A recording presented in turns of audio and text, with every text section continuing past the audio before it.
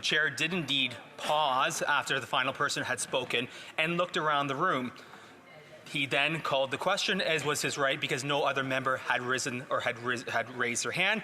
Indeed, after that it was challenged by the chair or challenged by the member, but all opposition members, including the Bloc and the NDP, confirmed the chair's ruling. And therefore, since chairs or committees are responsible for their own affairs, the committee itself, a majority of all parties, confirmed that indeed the chair did act appropriately, and I indeed will claim that I did not see the member raise their hand, nor did anyone else around that table. Okay, and I know that the table is looking at this specifically. Normally, the House does not influence itself in the actions of committees, but I know we're looking at this one closely. Statements by members. Déclaration de député. The honourable member for Nepean. Thank you, Mr. Speaker. 39 years back, Air India Flight 182 was blown up mid-air from a bomb planted by Canadian Khalistan extremists. It killed 329 people and is the largest mass killings in Canadian history. Even today, the ideology responsible for this terrorist attack is still alive among few people in Canada. 2 Canadian public inquiries have found Khalistan extremists responsible for the bombing of Air India flight. Now, there is a petition on Parliament portal asking for a new inquiry promoting conspiracy theories promoted by Khalistan extremists. Mr. Bal Gupta, whose wife Rama was killed in this attack, told the Globe and Mail, "It is deeply frustrating. It opens up old wounds all over again. It is all garbage. It's an attempt to gain publicity and support for terrorist activities." Thank you, Mr. Speaker. The honourable member from Tobique-Matiquac. Mr. Speaker, recently my sister and her boyfriend were in a serious motorcycle accident and both sustained substantial injuries. Our family is so grateful that this did not end in total tragedy. We're so thankful to those who walk with others through the shadows of adversity. Those concerned citizens like Mark and Nancy and Steve and Wanda who stayed and comforted them while help was on the way. The paramedics and first responders who treated them at the scene. The doctors and nurses who provided exceptional care during their recovery. The pastors, family, and friends who were there with us with words of encouragement, prayers, and sometimes much-needed coffee. Special thanks to my other sister, Amy, who has been by Julie's side through it all. There's an ancient writing that perhaps sums it up best when it says, "Even though I walk through the valley of the shadow of death, I'll fear no evil, for thou art with me." Thank you to all those who walk through the shadows of adversity, pain, and despair with all of us. It means so much more than words can ever express. And thanks especially to the one who promised to be with us through it all and to never leave us nor forsake us. Thank you, Mr. Speaker.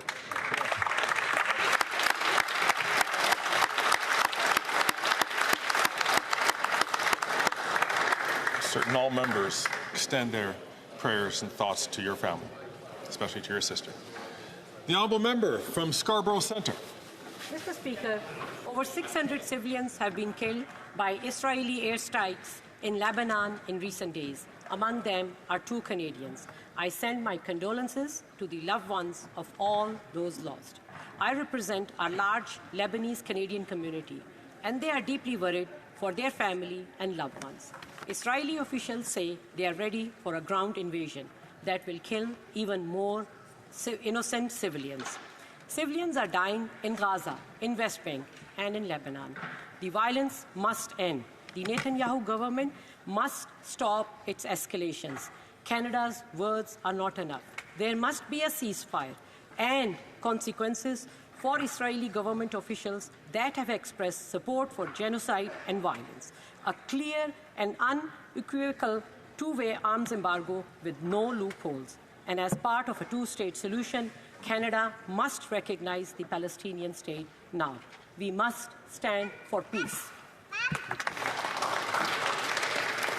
The honourable member for Abitibi, Bay James, Nunavik EU. Today is the 25th National School Support Staff Day. Every year, school support staff contribute to student success. They ensure a safe and healthy environment, they support teachers, they help with school administration, and they take care of school facilities. There are more than 80 different jobs divided into 4 broad categories. The first is administrative support. This includes administrative officers, school organization workers, administration and IT technicians, and all those who handle logistics in our school. Second category, manual support, such as caretakers, certified maintenance workers, pipe fitters, and electricians, who keep schools safe for our children. Third category, special education, which includes all those who look after students with special needs. And finally, fourth, daycare services, all educators and support staff in daycares. Thank you to all of these people who work so hard every single day to give all of our children a better future. L'honorable député. The Honourable Member for Nickel Belt. Président, le 25 septembre, l'anniversaire du lever de drapeau franco-ontarien, ici pour la première fois à l'Université de Sudbury en 1975. Ce drapeau est un symbole de notre histoire, de notre culture et de la fierté que nous ressentons. En tant que secrétaire parlementaire aux langues officielles, je tiens à remercier de nombreux organismes qui travaillent pour faire vivre la francophonie, l'ACFO du Grand Sudbury, les centres de santé, les clubs Richelieu, l'Alliance des femmes de la francophonie, les clubs d'amitié des aînés, le Carrefour francophone. Hier, dans Nickel Belt, nous célébrons la construction d'une nouvelle école catholique à Val-Thérèse qui ouvrira en 2025. Elle accueillera les élèves de l'école Sainte-Thérèse, Notre-Dame, Saint-Joseph de Hanmer. Quelle réussite! J'invite tous les francophones et francophiles à célébrer notre langue et à continuer de renforcer notre héritage avec fierté. Merci également à nos alliés anglophones et multilingues pour leur soutien précieux. Bonne célébration à tous. The honourable member from Carlton Trail, Eagle Creek. After 9 years of this NDP Liberal government, taxes are up, costs are up, crime is up, and now time is up. Yesterday, Canadians witnessed the hypocrisy of the Bloc and the NDP as they voted to continue propping up this Prime Minister and his devastating policies. They are content to sit on their hands, allowing this Liberal government to unleash more chaos and suffering on Canadians while they wait to get their pensions. This NDP Liberal coalition has doubled the cost of housing, made it easier for criminals to get back on the street, and allowed the cost of living to skyrocket. No matter how bad it gets for Canadians, the NDP Liberal coalition doesn't care. They know Canadians are fed up, but are refusing to listen. Conservatives will axe the tax, build the homes, fix the budget, and stop the crime. Let Canadians have their say and call a carbon tax now. That's right.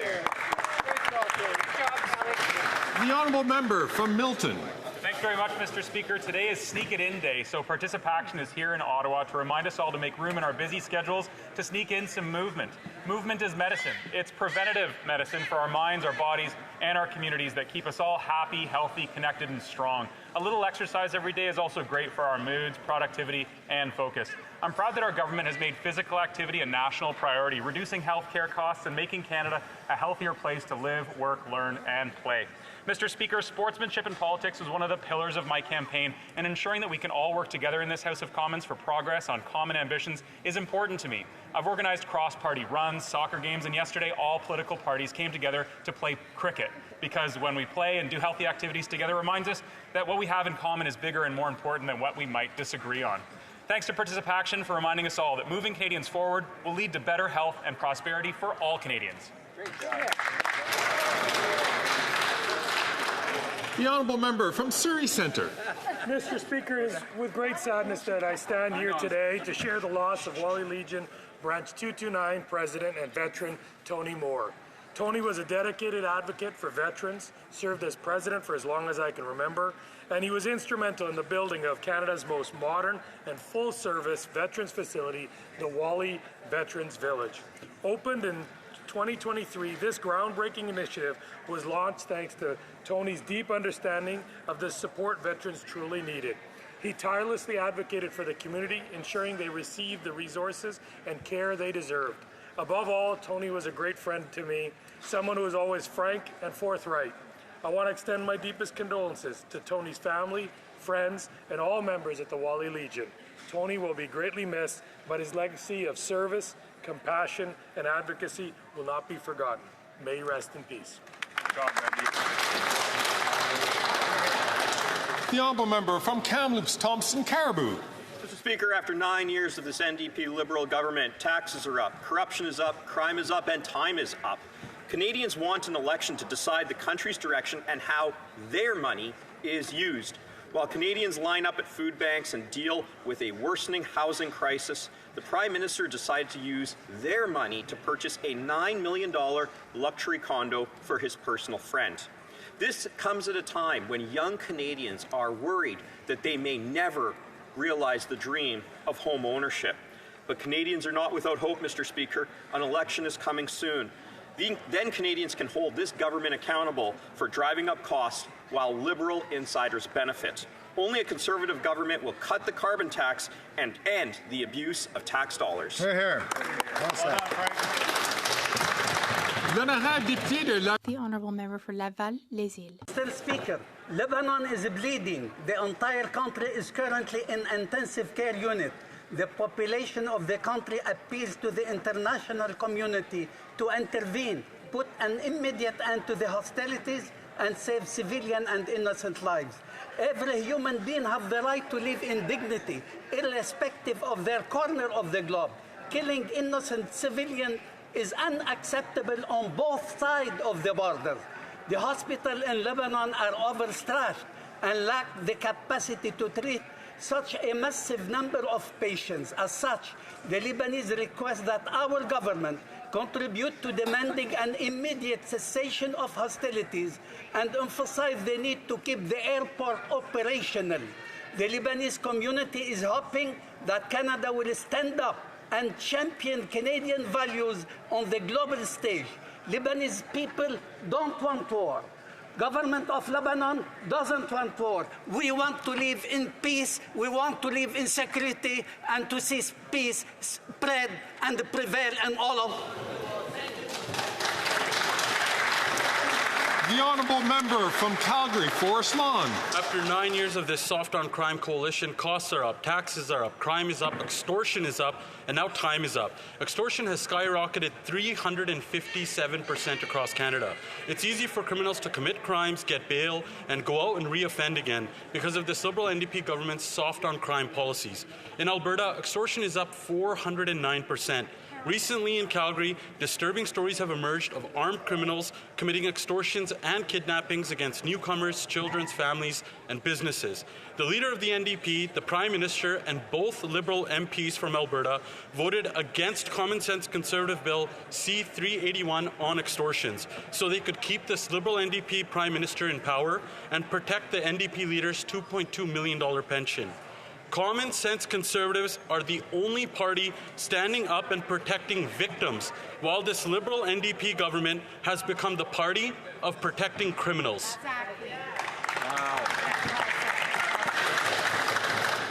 The Honourable Member from Cypress Hills, Grassland. Mr. Speaker, after 9 years of this NDP Liberal Prime Minister, taxes are up, costs are up, crime is up, and time is up. Taxes are up for everyone, and in Saskatchewan, our hospitals and schools will pay $380 million in carbon taxes alone. This is money that should be used to hire doctors, nurses, technicians, teachers, and educational assistants. But instead, it is being used to line the pockets of the Prime Minister's elitist friends like Mark Carney. In Saskatchewan, we have seen this act before. The last time there was a radical tax and spend Trudeau as Prime Minister, healthcare took a major hit in my province, with hospitals and clinics being forced to close or reduce services. So yes, Mr. Speaker, time is up. The NDP leader has once again sold out his support to the Prime Minister, just like he did the other 24 times that we voted to axe the tax. If the NDP truly supports healthcare and education, they would end their costly coalition and vote with us to call a carbon tax election just like Canadians want. It's clear, Mr. Speaker, only Conservatives are on Saskatchewan's side, and we will axe the tax for good. The Honourable Member from Pierrefonds-Delorme. Mr. Speaker, this summer I visited dozens of organizations that receive Canada Summer Jobs funding. 223 youth in our city gained, in our community I should say, gained meaningful jobs through this federal program. 64 organizations received over $1 million investments in our beautiful riding of Pierrefonds-Dollard. Young Canadians have gained valuable experience and skills through these jobs through the Canada Summer Jobs program, experiences they will utilize into their careers. I had the pleasure of visiting and meeting with some key organizations. SARS and Camp Chaos. Community pools like Briarwood and Fairview. and Elm Park. The West Island Association for the Intellectually Handicapped, which supports adults with disabilities. Des Banques Alimentaires. Food banks like On Rock and the West Island Assistance Fund, they help families in need. Of worship and cultural centers like the Hindu Mandir. These groups are dedicated to supporting youth, to developing our community. Thank you so much for all you do. Merci, Monsieur le Président. Thank you, Mr. Speaker. The honourable member from Victoria.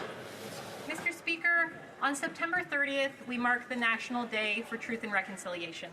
Together, we honor the survivors of residential schools, and we mourn the thousands of children who never returned home. We have a legal and moral obligation to address the ongoing harms to First Nations, Inuit, and Métis peoples, to acknowledge what happened in residential schools as genocide, and to facilitate a path for healing. The government must do more. One important step would be to pass the MP from Winnipeg Centre's bill that combats residential school denialism. This year in my riding, constituents will be participating in the annual Reconciliation Ride, hosted by Victoria Orange Shirt Day and Capital Bike. We'll hear from incredible leaders in our community, Diane Sam from the Songhees Nation, and Eddie Charlie, a residential school survivor from Cowichan Tribes, before riding as a group to the South Island Powwow. This year's grand entry will take place at noon and at 6 p.m. Everyone is invited to come celebrate Indigenous cultures and resiliency. Haichka Siem.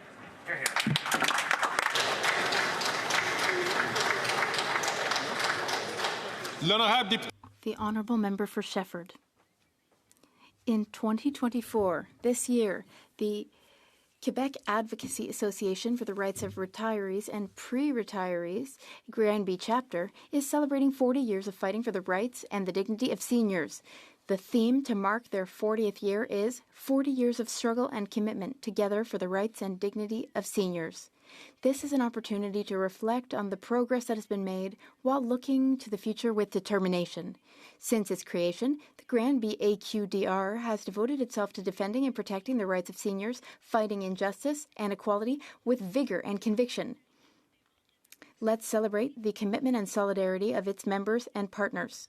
I'd also like to mention that AQDR is a valuable ally of Bill C-319, which the Bloc is proposing to eliminate the unacceptable inequity created by the government since people 75 and over and people 65 to 74 do not receive the same amount of old age security. Together, let's put an end to this age-based discrimination. Happy 40 years. The honourable member from Niagara Falls. Speaker, after 9 years of this costly NDP Liberal coalition, taxes are up, costs are up, crime is up, and their time is up. Through this coalition, the NDP leader has sold out workers and residents in my community, which has resulted in higher taxes, balloon food costs, doubling the housing costs, and unleashed crime and chaos in our once safe streets. Their joint plan to quadruple the carbon tax to 61 cents a litre will literally drive Canadians to food banks. Yet, sadly, this NDP leader has voted 24 times in support of this tax. And what are the results? Just over 1 million people visited a food bank in Ontario over the past year, an increase of 25%. In my community, Project Share reports that 1 in 8 residents has had to visit a food bank. Speaker, Canadians need a carbon tax election now to decide between this costly coalition of NDP Liberals or common sense Conservatives who will axe the tax, build the homes, fix the budget, and stop the crime. The honourable member from Vancouver Quadra. Mr. Speaker, today I rise on behalf of Vancouver Quadra constituents to defend carbon pricing. Canadians understand the urgency of reducing carbon emissions to limit their costly, even lethal impacts, such as wildfires and floods, on lands, people, and property. 20 years ago, as BC's Environment Minister, I laid the groundwork for BC's Comprehensive Climate Action Plan, which fosters innovation, economic development, and emission reductions through carbon pricing.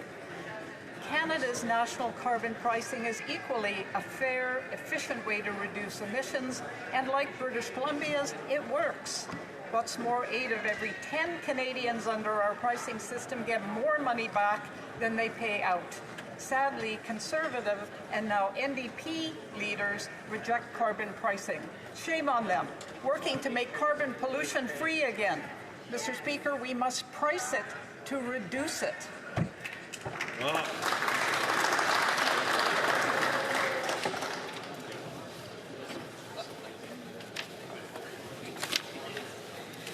Colleagues, as I've indicated in my ruling earlier today, the Chair has offered the Leader of the Official Opposition the opportunity to make amends regarding the words he used last week, or else I would remove questions from him during question period today.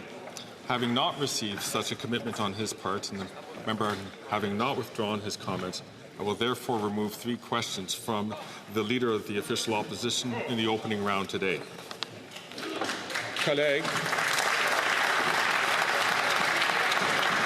chers collègues, Colleagues, as I've indicated in my ruling earlier today, the Chair has offered the Leader of the Official Opposition the opportunity to make amends regarding the words he used last week, or else I would remove questions from him during question period today. Having not received such a commitment on his part, and the member having not withdrawn his comments, I will therefore remove 3 questions from the Official Opposition Leader in the opening round today. Oral questions, questions orales. L'honorable. The Honourable Leader of the Official Opposition. Mr. Speaker, who could be against the following motion, that given that for 9 years the government has doubled housing costs, taxed food, punished work, unleashed crime, and is the most centralizing government in Canadian history, the House has lost confidence in the government and offers Canadians the option to axe the tax, build the homes, fix the budget, and stop the crime. The Honourable Minister of Public Services and Procurement. Thank you, Mr. Speaker.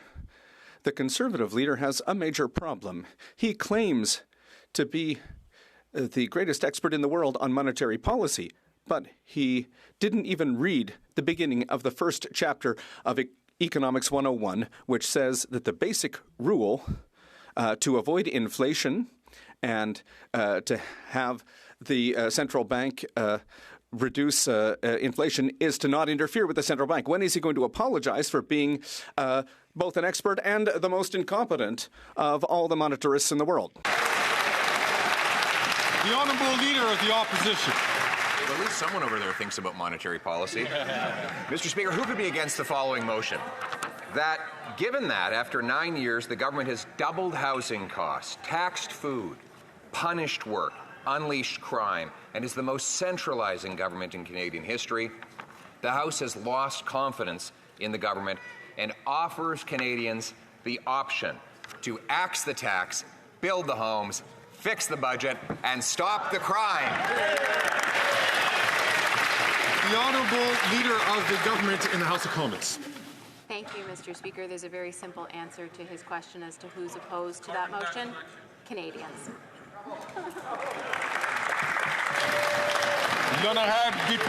The Honourable Member for La Prairie. The Liberals have until October 29th to improve OAS for those aged 74 and under and to protect supply management. They need to pass Bill C-319 and Bill C-282. Why these 2 measures? Well, first of all, because it's good for Quebecers, but also there's consensus in this House. The Liberals, the Conservatives, and the NDP have already agreed to this. So why leave Quebecers waiting when we could make gains for Quebec? Will the government meet our demands for seniors and farmers? Yes or no?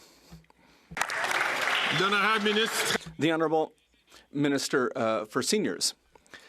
Mr. Speaker, the member for La Prairie is very, very behind when it comes to support for seniors. He voted against every measure that's been taken in this House, supported by members to help seniors, including the most vulnerable seniors in Canada. And I would like to know from the member for La Prairie, what does he say to the 6,200 people in his own riding who have joined the federal dental care program? What does he say to them when they ask him why he voted against that? The Honourable Member for La Prairie. If they continue like this, they're going to have to answer. They're going to have to ask a lot of questions next year, Mr. Speaker. So next October 29th, Maybe instead of playing partisan games, this government should get to work. The Bloc Québécois demands are clear, positive, and have agreement in this House. The Liberals have a very simple choice. They could either help seniors and farmers, or they could choose to respond with things like that and sabotage their own government. Will they survive by helping Quebecers, or will they die by their partisan swords? The Honourable Minister of Public Services and Procurement. Well, thank you, Mr. Speaker. And indeed, the Bloc Québécois and other members in this House can choose to sabotage the efforts of the Canadian government to help seniors in his own riding. 7,400 seniors in his riding have signed up, and many of them are receiving for the first time or the first time in many years dental care. Accessible, affordable dental care, investing in housing. Does he really want to associate with the Conservative leader who says that Quebec's municipalities are incompetent and who wants to tear up our agreement with Quebec? The Honourable Member for Rosemont-la-Petite-Patrie. Mr. Speaker, Pascal, a single mother from Hull, wrote in an open letter, "I don't think I'll ever be able to buy a house. I'm afraid that my youngest child will never be able to own her own home. I can't change apartments.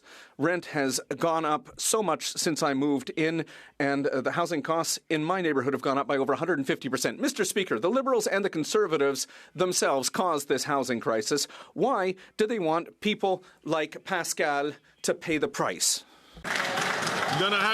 The Honourable Minister of Public Services and Procurement.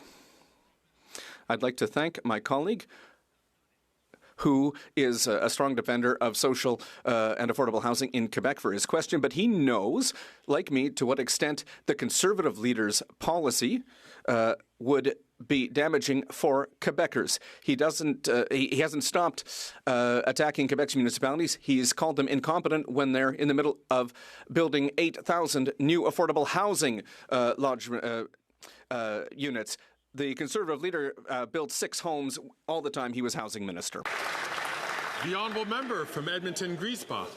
Another summer has passed and not one single home for Indigenous people have been built. The Liberals promised to deliver an urban, rural, and northern housing strategy. 2 years later, still no funding and still no shovels in the ground. Delay, delay, broken promise after broken promise. That's the Liberal way. Meanwhile, First Nations, Inuit, and Métis people continue to live in moldy, overcrowded conditions or on the street. Why do the Liberals keep Indigenous people waiting for the homes they need now?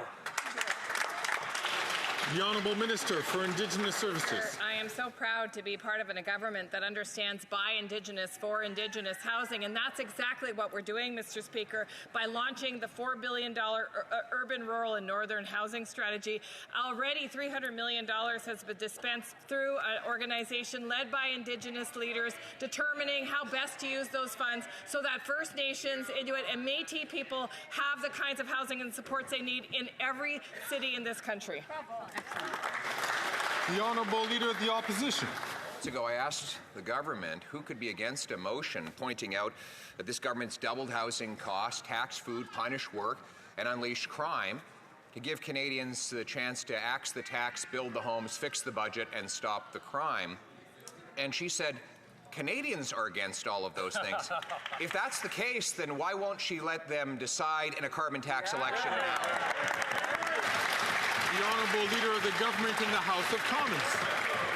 Thank you, Mr. Speaker. Mr. Speaker, it's a little sad that the Leader of the Opposition, having just lost a vote of non-confidence in the government yesterday, is putting forward the exact same motion today. I think it shows his desperation. Thank you, Mr. Speaker. The Honourable Leader of the Opposition. No, in fact, the motion specifically demonstrates that this government, this NDP Liberal government, has doubled housing costs. I found it interesting that the NDP has now discovered that they doubled housing costs. A second ago, a Montreal MP stood up to point to a young woman, Pascal, who can no longer afford to rent, much less to own, after housing costs have tripled in that city. When I was housing minister, rent was $700 in Montreal, and we built almost 200,000 units. Mr. Speaker, why can't the NDP put their actions where their words are and vote for a carbon tax? The Honourable Parliamentary Secretary to the Minister of Housing, Infrastructure and Communities. These slogans are clever, but they are empty, Mr. Speaker. It's empty rhetoric on the other side as always. In fact, he should take a look at the CMHC's report from today that puts a spotlight on Montreal, 106% increase in rental construction. Why is that, Mr. Speaker? Because GST has been waived by this government to ensure greater supply, to incent builders during a difficult time. He has no idea how to incent that sector. He's good at running around the country and insulting mayors, putting a spotlight on the homeless, but coming up with no ideas on that. It's more right-wing populism. They have nothing to say, Mr. Speaker. The Honourable Leader of the Official Opposition. In a carbon tax election, if that's true. Unfortunately, the Bloc Québécois is telling Quebecers, wait. If you can't pay your bills, just wait. If you can't buy a home, after 9 years of this Prime Minister, just hang on. If you're afraid of going out on the street because of crime that the Bloc Liberals have unleashed in our streets, in Quebec, a province that is at a breaking point because of immigration, they're just saying, hang on. Quebecers don't need to wait. They don't need to wait, Mr. Speaker. They need to choose a new government based on good common sense. The Honourable Parliamentary Secretary. Mr. Speaker, the priority of our government is to deliver for all Quebecers and all Canadians, Mr. Speaker. That includes daycare spaces, a dental care program, historic housing investments, Mr. Speaker. In the meantime, what are the Conservatives concentrated on? Well, as we saw in the Journal de Montréal this week, Conservative MPs are being paid to go to Florida to sermonize on the importance of banning abortion and teaching creationism. You can't invent that, Mr. Speaker. They should be ashamed.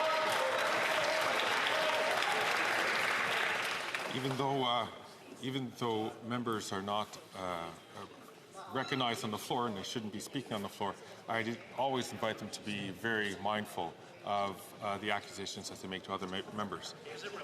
The Honourable Member from Kenora. Taxes are up, costs are up, crime is up, and time is up after 9 years of this NDP Liberal government. People across Northern Ontario are struggling to fill their gas tanks. Young professionals cannot find an affordable place to live, and our communities are less safe. Mr. Speaker, these are all reasons why Canadians deserve a carbon tax election where they can vote for our common sense plan. But the NDP continue to support this government, Mr. Speaker, denying Canadians that opportunity. Why is this Prime Minister so afraid of facing a carbon tax election? The Honourable Parliamentary Secretary to the Minister of Housing, Infrastructure and Communities. They want to take away the rebate to Canadians. They'll have to explain that to Canadians, Mr. Speaker. What they'll also have to explain at some point, Mr. Speaker, is that they lost 800,000 affordable homes when they were in office. That minister, former Minister of Housing, who's now the Leader of the Opposition, went around, had no plan on housing, never mentioned homelessness once, and when it came time to vote in favor of ensuring zoning changes at the local level through federal dollars that would incent that change, he voted against. They all did. They don't care about those young people that the member just mentioned. They never cared. It's more right-wing populism, Mr. Speaker. The Honourable Member for Charlebourg, Haute-Saint-Charles. Mr. Speaker, yesterday the Bloc Québécois showed its true colours by putting this Liberal Prime Minister on life support. They voted for a centralizing government that has a terrible record when it comes to public safety. Since 2015 in Quebec, the number of auto thefts has gone up by 185%. Violent firearms offences are up by 146%. Did the government of the Bloc recognize that their policies have created a major public safety problem across the country and specifically in Quebec? The Honourable Parliamentary Secretary to the Minister of Public Safety. Thank you, Mr. Speaker. I appreciate the opportunity to talk about the investments we're making to make our communities safe. In fact, we are moving forward on banning some of the most dangerous weapons, over 1,500 assault-style weapons that are designed to kill. Mr. Speaker, the Conservatives get upset because they're sent here to do the work of the gun lobby instead of keeping Canadians safe, in particular women who are disproportionately affected by gun violence. Mr. Speaker, it's a shame for Conservatives to stand up while voting against these measures. The Honourable Member for Charlebourg-Haute-Saint-Charles. Violence with firearms is up by 181%. But it's not hunters, it's street gangs with guns that are coming across the border. The money that's being invested should be at the border, and that's what a Conservative government will do. How can this government explain this weakness, and why are they still attacking hunters? The Honourable Minister of Canadian Heritage. Mr. Speaker, I would invite my colleague to be honest with Quebecers because he knows very well that it's not the weapons of hunters that are being banned. It's assault weapons that are designed for war, Mr. Speaker, and which are being used by street gangs to murder. And my colleague should know very well that the first victims, they're the main victims of gun violence across Canada and in Quebec are women. So if he's against our assault weapon ban, that's particularly shameful, particularly in Quebec after Polytechnique.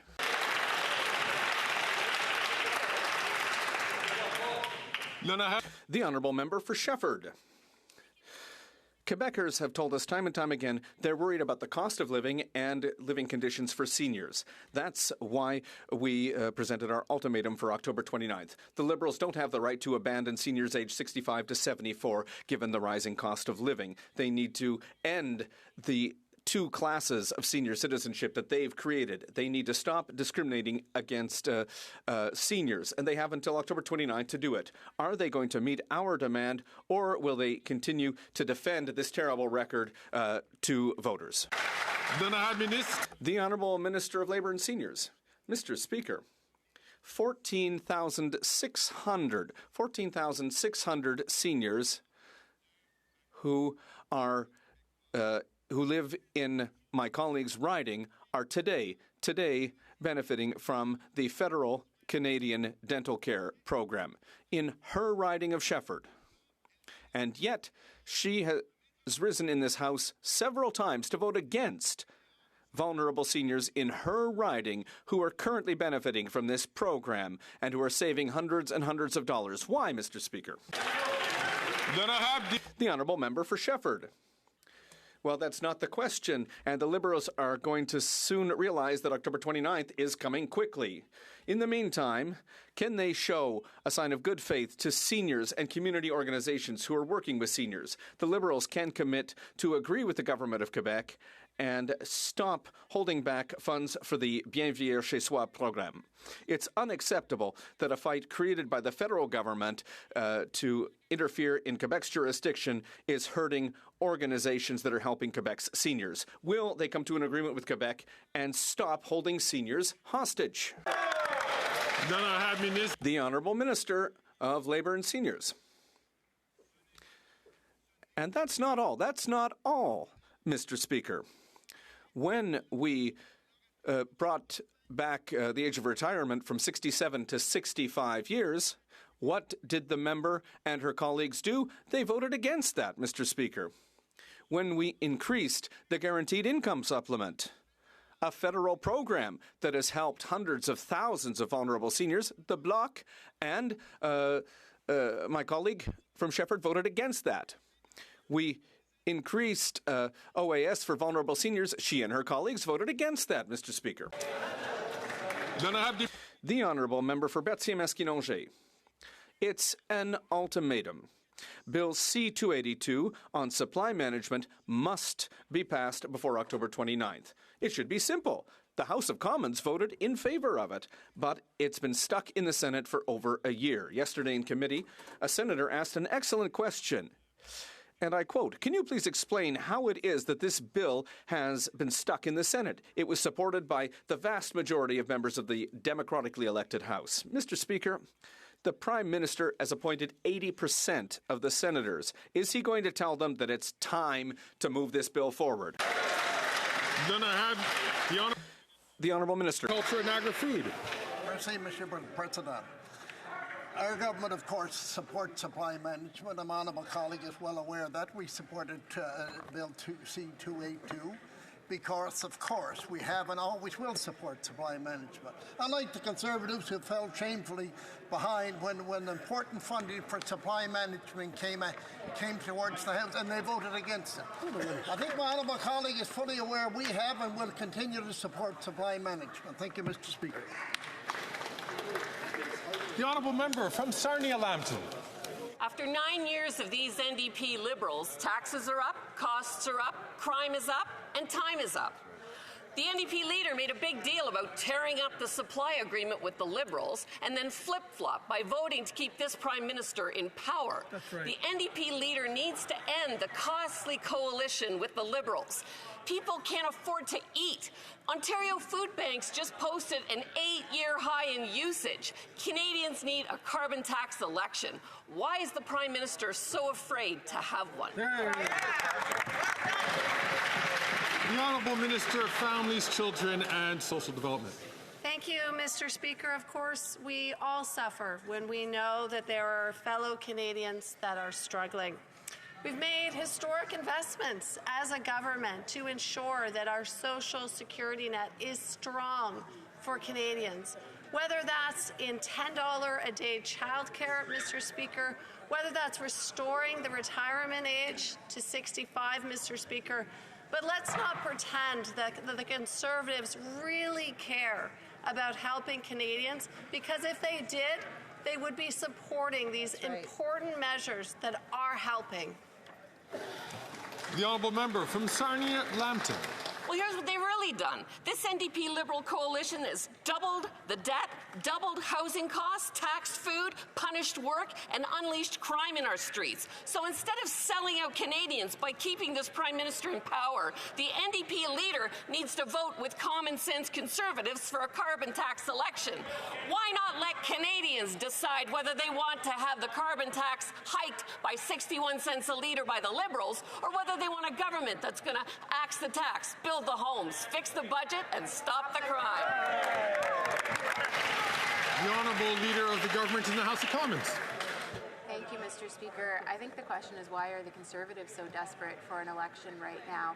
Because they want to make sure they get out before Canadians understand that they have a hidden agenda. But, Mr. Speaker, Canadians are much smarter than that. When the Conservatives say one thing and do another, Canadians know we trust Canadians. When will Conservatives start trusting them? The honourable member from Saskatoon West. Mr. Speaker, after 9 years of this NDP Liberal government, taxes are up, costs are up, crime is up, and time is up. The Saskatchewan Premier said the carbon tax is, quote, costing Saskatchewan's health and education systems nearly $380 million. That's money that could be used for more teachers, more doctors, and more nurses. This NDP Liberal carbon tax is literally taking away teachers and nurses from Saskatchewan. Shame on the NDP for supporting this tired Liberal government. Mr. Speaker, if the Prime Minister wants to cut teachers and nurses in Saskatchewan, why won't he call a carbon tax election and let Canadians decide? The Honourable Minister for Natural Resources and Energy. Thank you, Mr. Speaker. Once again, I would encourage my Conservative colleagues to actually use facts. 8 out of 10 Canadians get more money back. It is an affordability measure. People who live on modest incomes actually benefit significantly. It's also an important way of fighting climate change. And if he wants to quote Scott Moe, I would say when Scott Moe appeared here in Ottawa and talked about the price on pollution, he said he looked at doing something else and everything else was too expensive. So he wasn't going to do anything to fight climate change. I guess that's the answer of the Conservative Party of Canada. The honourable member from North Island, Powell River. Mr. Speaker, veterans taking part in the Invictus Games have found themselves on the hook for medical insurance. This comes as a shock since all serving military members have theirs covered under the Canadian Armed Forces. The Liberals created this mess, and now thus one veteran has had their life changed after a serious injury provided during the previous games. Will the minister admit to this mistake and extend medical coverage to all Canadian Invictus athletes for the upcoming Whistler Games, or will they continue to ignore the needs of veterans? The Honourable Minister. Thank you so much, Mr. Speaker. Mr. Speaker, Invictus Games offers a very unique rehabilitation opportunity to ill and injured veterans and also for members of the Canadian Armed Forces. It is also important to make sure that the well-being of veterans is taken care of during the Games and also after the Games. That is why that we will continue to work with the Canadian Armed Forces, Soldier On, Invictus Games, and other stakeholders to ensure that the well-being of our veterans is always taken care of and want to ensure this situation will be rectified before Invictus Games 2025. Thank you, Mr. Speaker. The honourable member from Courtenay, Alberni. Mr. Speaker, young Canadians are in survival mode, and rates of anxiety and depression have gone through the roof with the high cost of living and youth unemployment. Many are struggling just to meet their basic needs, like food and shelter, making paying for therapy out of pocket seem like a luxury. The Liberals promise to ensure mental health is treated as a full and equal part of Canada's universal public health care system, but they have failed to deliver.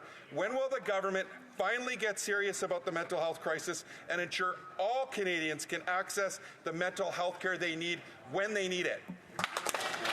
The Honourable Minister for Mental Health and Addictions. Mr. Speaker, I want to thank the member for his question, and I say as the Minister of Mental Health and Addictions, but also as a mother to 2 teenage daughters, that is exactly why in 2024, in this year's budget, we pledged $500 million towards the Youth Mental Health Fund, Mr. Speaker, working with community service organizations across this country, youth-led for youth in every community across this country. We want to meet young people where they're at to get the supports and the services that they need and that they deserve. This is the future of our country, and we are going to take care of them so that we build a stronger Canada together. The honourable member from Richmond Hill. Mr. Speaker, I'm proud that around the world, Canada has a reputation for helping its friends and being there for its allies. The world was rightly shocked when the Conservative Party repeatedly voted against Ukraine.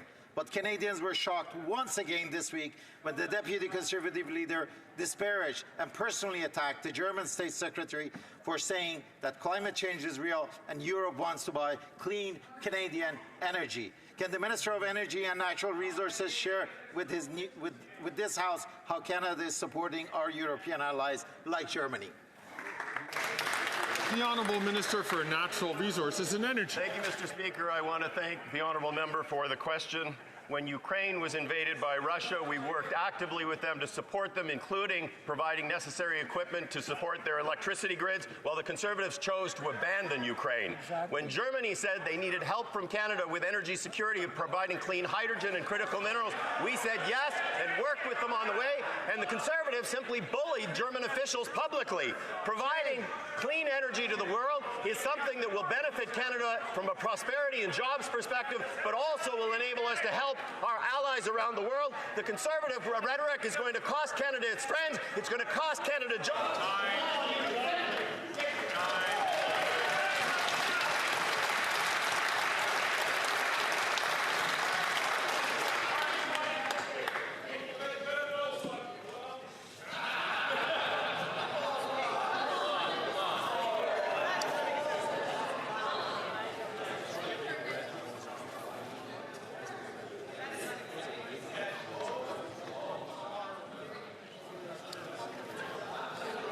I know all honourable members get passionate when it comes to questions and answers here, but we must make sure that we show fundamental respect for all members. I know the honourable member from Calgary, Signal Hill, is a veteran of this and other places, and I'm certain he knows which way to make sure that the language is appropriate. The honourable member from Bay of Quinte. Mr. Speaker, after 9 years of Liberal government, taxes are up, costs are up, crime is up, time is up, and now tariffs are up.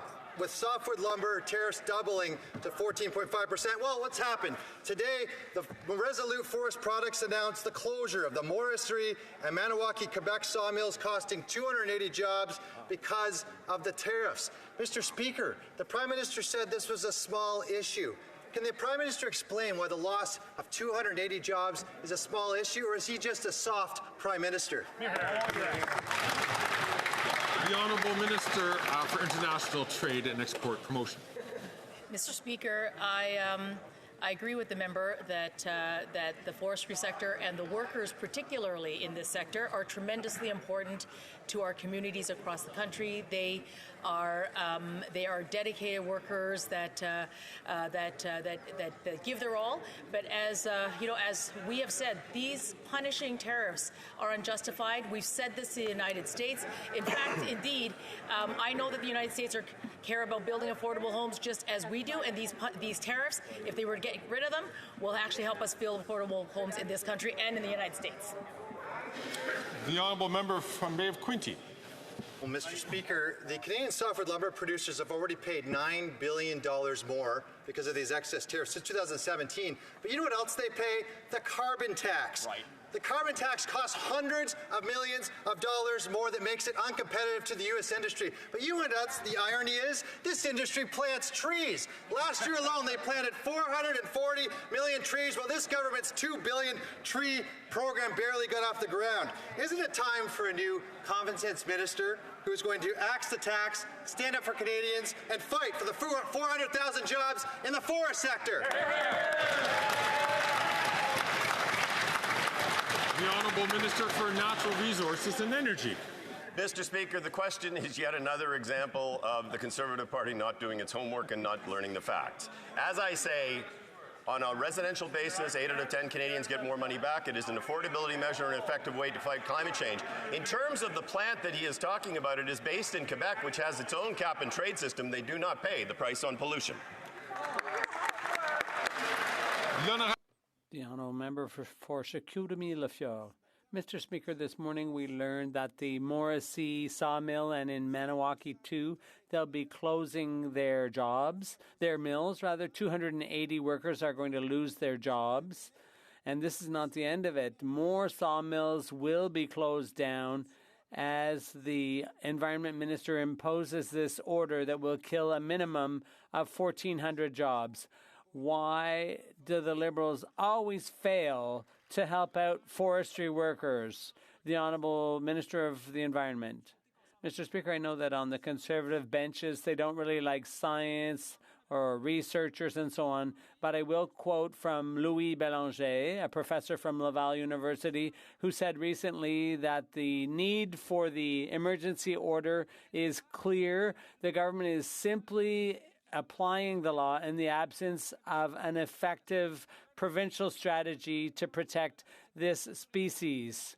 Another expert said that the Government of Canada's emergency order is justified and measured, especially from the point of view of science. Here on this side, Mr. Speaker, we're pro-science. The honourable member for Chicoutimi-Leflore. Mr. Speaker, the workers in the forestry industry in Quebec work hard, but they are always being punished by a Liberal government propped up by the Bloc.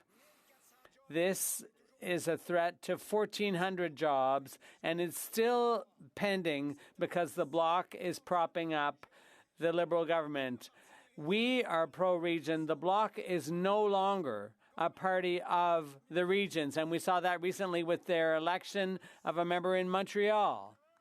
What's it going to take for this to change?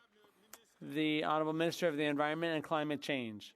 Mr. Speaker, I'm proud of the people I represent. I'm a member for Montreal, but perhaps the member opposite should speak to forestry workers in Quebec who said to me, and they've said in a number of public commissions, that the future of the industry and the forest depends on the health of the forests, which the Conservative Party of Canada seems incapable of understanding.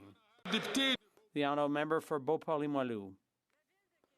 Quebec City is the cradle of the French language in the Americas, but the Governor General has cancelled her visit to the Pignon Bleu because she doesn't understand French 3 years after promising to learn it. The Pignon Bleus, their preparations for Ms. Simon's visit, were all for nothing. The Pignon Bleus simply thought they'd be able to express themselves in their own language, French. But Ms. Simon remains incapable of showing them this basic respect. How can the Liberals find that acceptable and justifiable? The Honourable Minister. Thank you, Mr. Speaker. Our government remains firmly committed to protecting the French language here in Canada. It's important to note, Mr. Speaker, that Her Excellency, the Governor-General, has not had the opportunity to learn. She didn't get the chance to learn French when she was young because of discrimination, and yet she's the first Indigenous woman to hold the position. She speaks an Indigenous language that she's very proud of. We expect her to continue studying French. Linguistic duality is at the core of our identity as Canadians.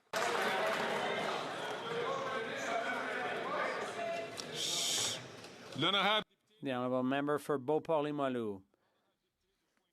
La Pointe de l'Île, rather. The Governor-General has had 3 years to learn French. Taxpayers have even paid for $28,000 worth of lessons. Obviously, she's not trying hard enough. But why would she? She's already got the job. History is repeating itself for Francophones. Today we're talking about Mary Simon, but it was the same thing when Air Canada hired Michael Rousseau. Will the Liberals finally admit that when they appoint Anglophones who promise to learn French, the joke's on Francophones? The Honourable Minister. Mr. Speaker, Canada is a bilingual country, and Canadians expect their leaders to be able to express themselves in both official languages. The Governor-General was unable to learn French when she was young because of discrimination in Canada at the time. We expect her to continue her studies and her learning of French because linguistic duality goes to the heart of our identity as Canadians, proud of our bilingualism here in Canada. The Honourable Member from Oxford. 9 years of these NDP Liberals, taxes are up, costs are up, crime is up, time is up, and now visits to Cambridge food banks are also up, nearly 20%. The Liberals' carbon tax scam has forced our seniors and our families to rely on food banks for their survival. The NDP continue to prop up their political masters and deny Canadians that carbon tax election they so desperately want. Why is the Prime Minister so afraid of a carbon tax election, and why won't he call one now? The Honourable Minister for Families, Children and Social Development. Mr. Speaker, I welcome the opportunity to talk about the childcare numbers that are up, Mr. Speaker. Just last week, we saw Comox Valley Schools announce a new childcare facility with 108 new spots for children there, Mr. Speaker. We also heard in Winnipeg, the Splash Childcare Center, an additional 40 new spots for children. That's 248 new spots for kids here in our country. High quality, affordable care. That's what's up, Mr. Speaker. The Honourable Member from Langley Aldergrove. After 9 years of the NDP Liberals, taxes are up, costs are up, crime is up, and now time is up. Yet the NDP leader and his colleagues voted yesterday to keep the Prime Minister in power so that he can quadruple the carbon tax to 61 cents a litre, the carbon tax that drives up the cost of everything and is driving a record number of British Columbians to food banks. Why is this Prime Minister so afraid of a carbon tax election? Why won't he let Canadians decide?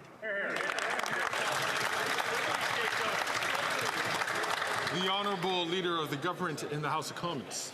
Thank you, Mr. Speaker. Yesterday what we saw is that the House voted non-confidence in the Leader of the Conservative Party of Canada. Yes. L'honorable député de Mégantic. The Honourable Member for Mégantic-l'Érable. Mr. Speaker, we can no longer wait after 9 years of this Prime Minister with the Liberal Bloc coalition. 72% of young people feel that they're less well off than the previous generation. The Liberal Bloc coalition is supporting a government that turns its back on young people. A government that, when are they going to build? Why not let them vote for a government that will build housing and fix the budget? Honourable Minister, thank you. Mr. Speaker, what's good for Quebecers, what's not good for Quebecers and including young ones is the insults and petty partisanship that the Conservative leader does day in, day out. And he knocks investments that young Quebecers need. The Conservative leader not only calls everyone incompetent, but he also would rip up the deal we signed with the government of Quebec, $1.8 billion to build tens of thousands of affordable housing units in Quebec.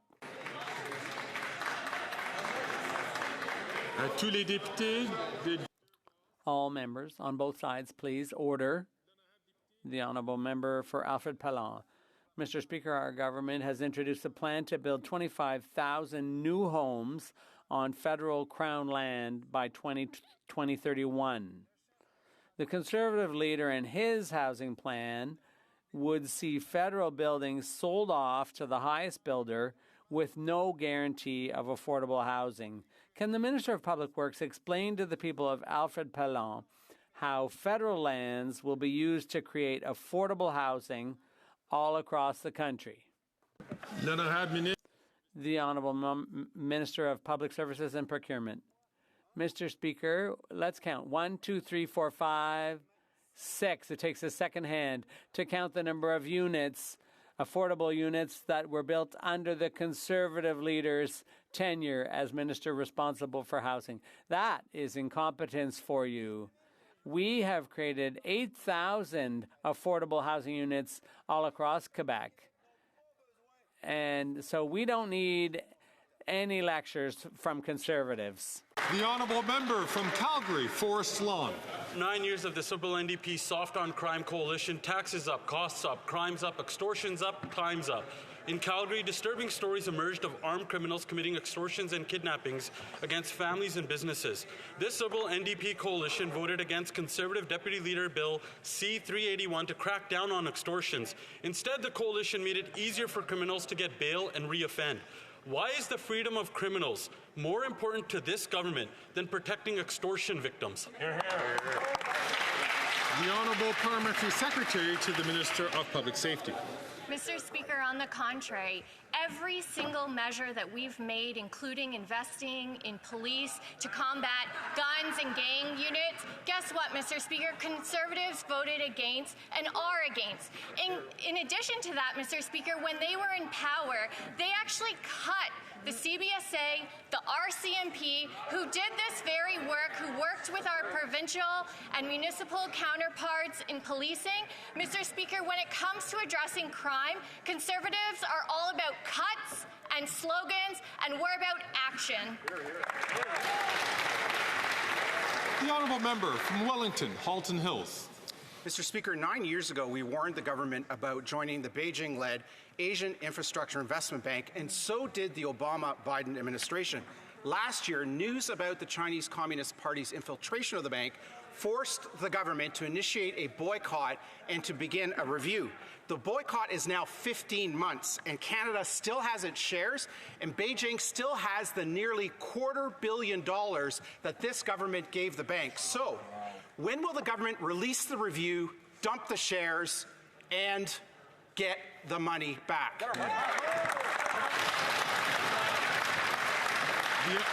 The Honourable Parliamentary Secretary to the Deputy Prime Minister and the Minister of Finance. Mr. Speaker, as soon as the Minister heard about these very serious allegations, she took action. The Minister announced an immediate halt, Mr. Speaker, to all Canadian government-led activity at the bank while we conducted a review of the allegations. In December, we announced an expansion of that review in partnership with some of our closest international partners. The Department of Finance continues to review the matter, as well as Canadians' participation in the organization. Thank you, Mr. Speaker. Very good. The Honourable Member from Sturgeon River Parkland. Mr. Speaker, taxes are up, costs are up, crime's up, time's up. The Minister of Environment says he's proud of his preparations for the catastrophic Jasper wildfire, but 1/3 of Jasper was destroyed, $1 billion in damages, and 2,000 people are homeless. This isn't something to be proud of, and yet this is the record of failure that this NDP party supports. Banff, Lake Louise, and Jasper are still in danger. It's time for this minister to take responsibility for his failure so we can prepare for the next fire. Will he? Yeah. The Honourable Minister of the Environment and Climate Change. Mr. Speaker, this member should be ashamed of himself. They have deliberately taken out of context emails between Parks Canada officials who were debating which measures to use to fight fires as opposed to not fighting fires at all. One of those Parks Canada employees has received death threats. Since they've put this online, they should be ashamed of themselves, Mr. Speaker. Oh my God.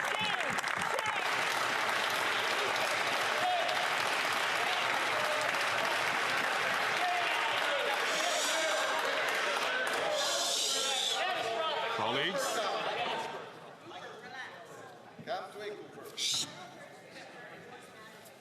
The honourable member from Brampton South.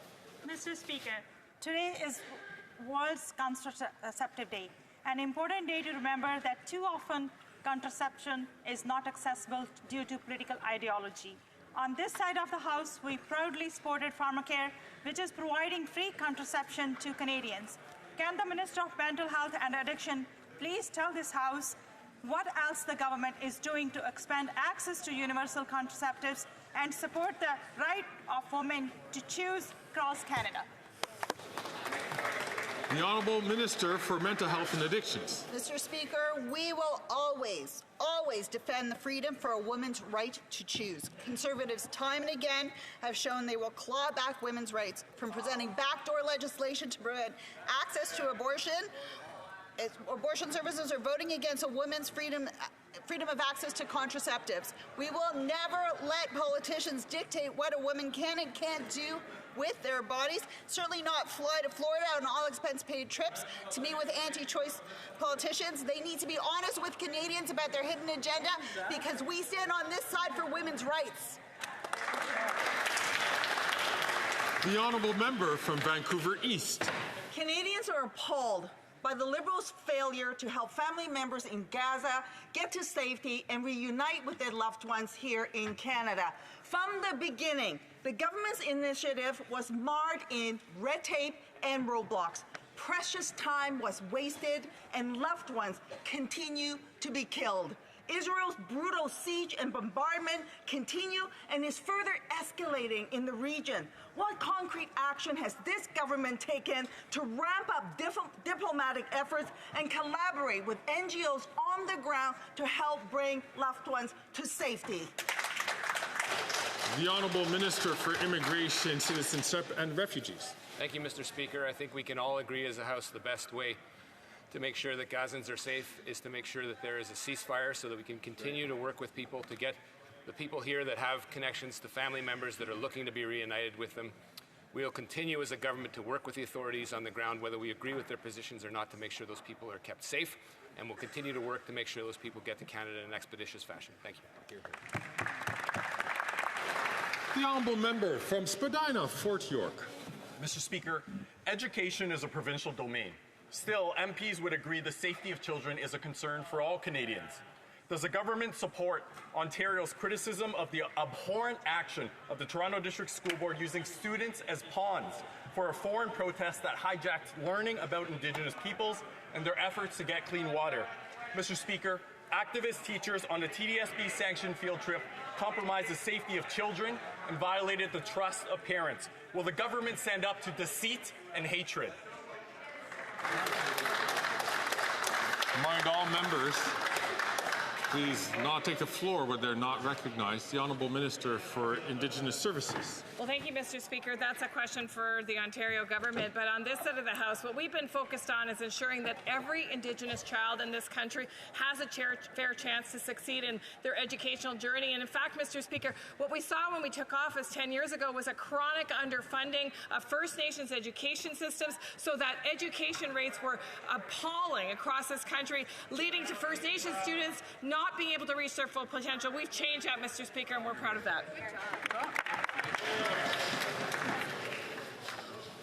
And so brings to an end another oral questions. I see that there's some members who are rising on a point of order. I recognize the honourable member from Edmonton Strathcona. Thank you, Mr. Speaker. Mr. Speaker, while we appreciate that you have acknowledged and ruled that the Leader of the Opposition was out of order last Thursday, we are confused by the mixed messaging that you've sent to this House. The member was out of order and yet has still been allowed to participate in debate and today have 5 questions in question period. The regular practice is that a member isn't recognized to speak until they have withdrawn, and that is not being applied, and we have some concerns about the mixed messages. I'd also like to remind the Speaker of the very serious matter that was raised yesterday regarding the member for Fort Saskatchewan Sherwood Park. We are still waiting for him to withdraw and apologize for his homophobic and disgusting comment. Thank you, Mr. Speaker.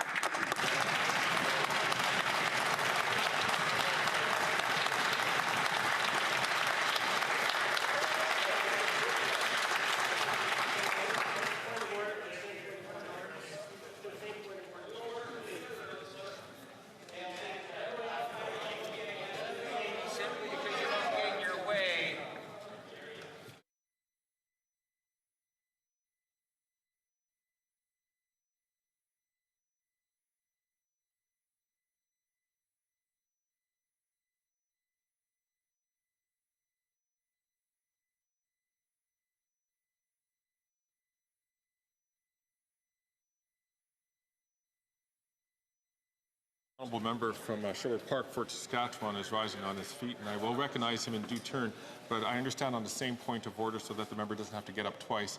The Honourable member, Parliamentary Secretary for the Government House. Mr. Speaker, I would just want to add a couple thoughts to it. We have to put into proper perspective when a member is requested by the Speaker's chair to withdraw the remarks. As it's been pointed out, they are required to do so. If they do not, speakers have not identified them until they do the apology. We can give ample examples of that.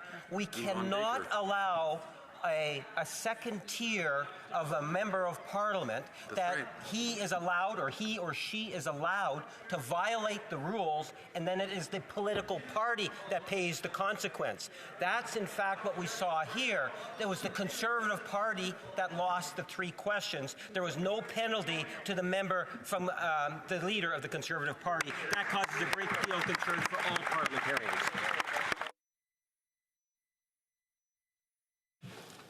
I'm going to move, before I move to the member from Sherwood Park, Fort Saskatchewan, because I can understand his motivation and wanting to stand up, the Honourable Parliamentary Secretary, as well as to the member from Edmonton Strathcona, the Speaker has made a ruling on this decision. I would encourage all members to read it very carefully. As you know, when there is something that contravenes Article 18, the Speaker has some discretion as to what to do. And so the Speaker is certainly considered this question, has been in contact with, and had many discussions. And I would encourage the honourable members to read the session. If they wish to challenge the ruling of this chair, they know the procedure in which to provide. The honourable member. Then I see that the honourable member from Winnipeg's South Centre is rising on a point of order. Yeah, thank you, Mr. Speaker. I just wanted to draw your attention for the benefit of the House to some language I've heard used that I think is unbecoming of this House and of members in this House. And I have no interest in ascribing blame or pointing fingers, so I'm not going to name names, Mr. Speaker. However, there has been reference over the course of debate in the House in the past few days in particular to pagers exploding, walkie-talkies exploding, reference to perhaps members in this House themselves having that type of technology, which is an obvious reference to the conflict that is happening in the Middle East right now, Mr. Speaker. I heard another comment from a member today that, and I quote, "Did you get a thank you letter from Hezbollah?" This is to an Israeli member of this House who has lost loved ones, innocent loved ones in the conflict. We have other members of this chamber from all sides, Mr. Speaker, who have lost innocent people by virtue of the conflict that is taking place. I, again, am not interested in being partisan. I simply want to draw your attention to this and call upon the better angels in this House to conduct themselves on behalf of Canadians and one another with compassion and dignity. Thank you, Mr. Speaker.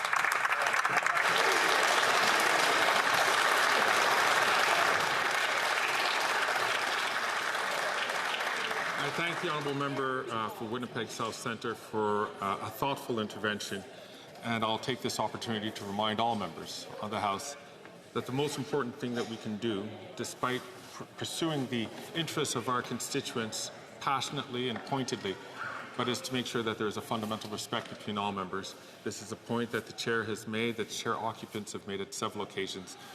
J'encourage tous les députés. I would encourage all members to be nicer and more respectful of one another so that we can have debates that are passionate and interesting to represent the interests of constituents across the country. Sherwood Park, Fort Saskatchewan, my mistake, is rising on a point of order. Thank you, Mr. Speaker. I just want to say briefly that, as members know, the NDP whip in particular has a history of making false and defamatory comments about me, and this is no exception. It's very clear. Colleagues, if you please can keep your comments to yourself so that the Chair can listen to this point of order being raised by the member from Sherwood Park, Fort Saskatchewan, who was referenced in some other point of orders. I think it is fair to allow him to raise his point of order uninterrupted to the Chair. Thank you, Mr. Speaker. There was an exchange yesterday in question period about extravagant spending by the government. $9 million spent on a luxury condo on Billionaires Row. Now, the Leader of the Opposition asked a question. Speaker, I can't hear him. I can't hear him. I'm right beside him. I can't hear him. False and defamatory comments have been made about me. If members want to hear a response, I'll provide a response. The Leader of the Opposition pointed out $9 million spent on this extravagant condo and identified a number of luxury features associated with that condo, including an extremely luxurious bathtub. Following that, the Prime Minister made no comment whatsoever about those features. Instead, the Prime Minister spoke about the kinds of international engagement that the government does. And as the Hansard clearly... So, colleagues, I'm going to ask the honourable member, please, if I'm going to ask.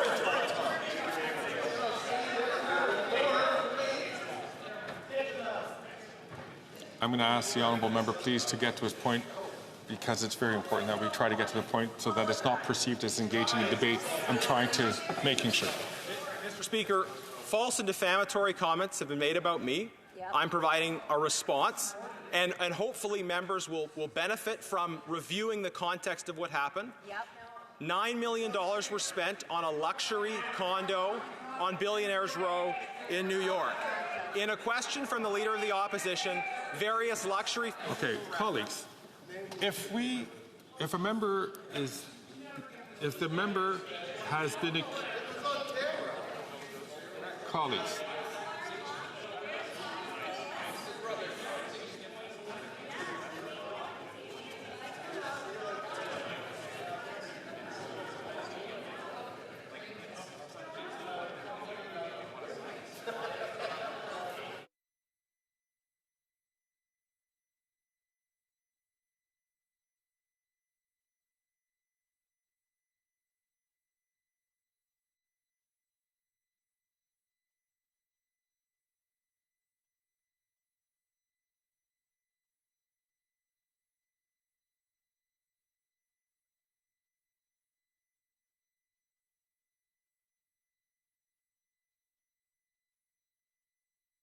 So I'm going to invite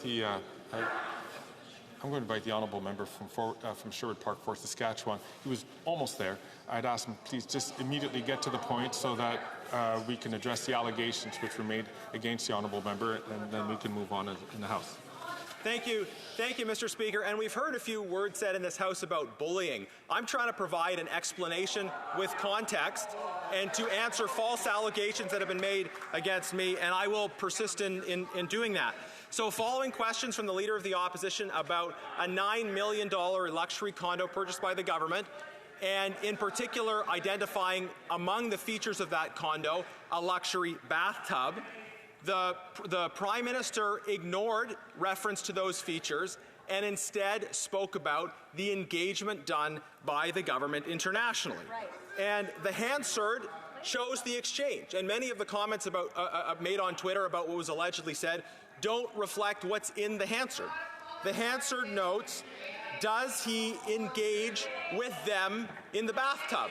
The point of that comment is to illustrate that, of course, meetings don't take place in a bathtub. A luxurious bathtub has nothing to do with meetings. The Prime Minister's answer had nothing to do with the questions, but it had nothing to do with sex. I wasn't thinking about sex at all.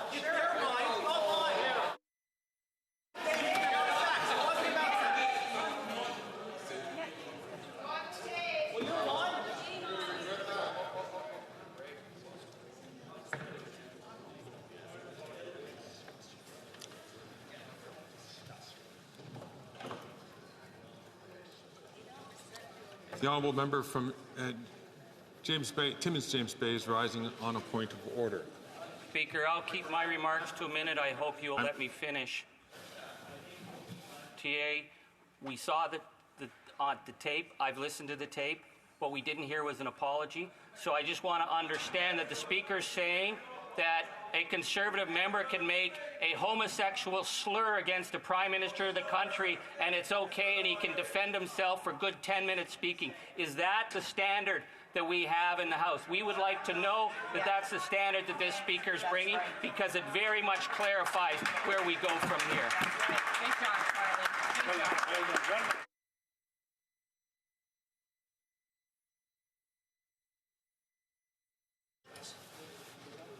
The Honourable, on point of order, I see that the Honourable member from Don Valley West is rising. I hope this will be I hope that this will be germane to the issue at hand, and then the chair will go back and consider this and come back to the House if necessary. The Honourable member. Thank you, Mr. Speaker. Yesterday, a point of order was raised.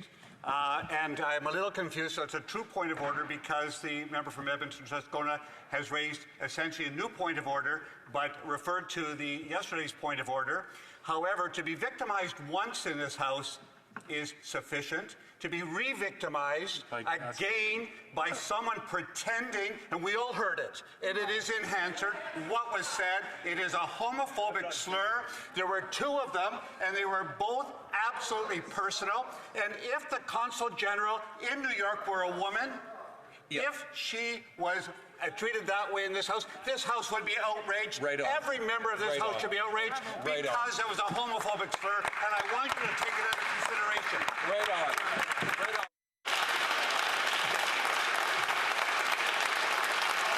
I'm just gonna...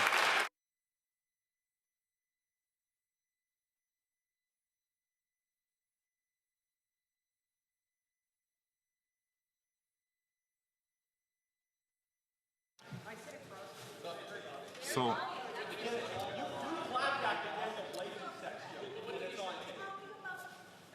colleagues, I think I appreciate the points of view raised by the members. I appreciate the honourable member from getting up and offering his perspective. The chair is going to obviously take this matter under advisement, but I will just say this, which I think is really important, is how it is very necessary that when members are not, one of the best ways to avoid these kind of situations is to making sure that members don't speak out of turn. And then that way, we don't have a situation where there is different interpretations as to what was said. I thank all honourable members for rising on this issue. The chair will go back and consider this and come back to the House if necessary. Thank you. Point of order, the honourable member from Winnipeg Centre. I have real, Mr. Speaker, with all due respect, I have real issue with this. Because on two occasions, once before the House rose, you let a Conservative member liken somebody's racial background for criminally The honourable member is raising an issue which was brought up and decided by the chair in a decision that was made by last week. I'll invite the honourable member to sit down, and then and to take a look at the ruling that is here.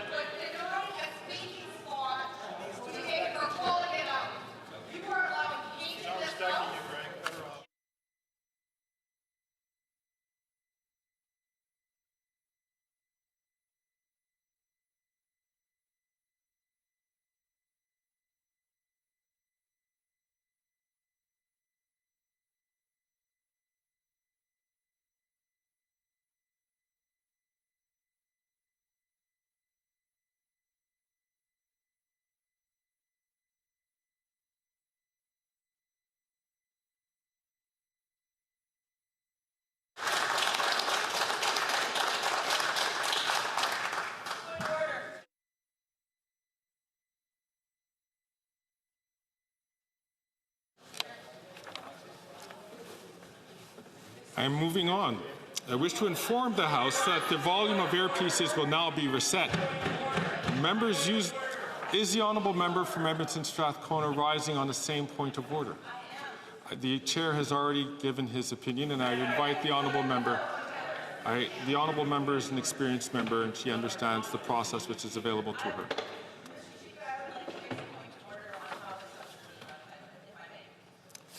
I'm afraid not. Thank you. I wish to inform the House that the volume of earpieces will now be reset. Members using their earpiece at this time will have to readjust the volume. I wish to inform the House that the volume of earpieces will now be reset. Members using their earpiece at this time will have to readjust the volume. And now it is time for the Thursday question, la déclaration hebdomadaire.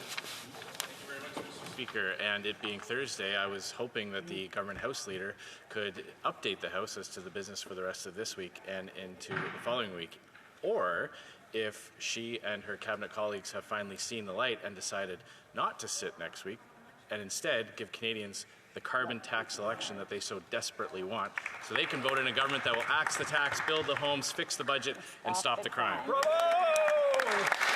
The Honourable Leader of the Government in the House of Commons.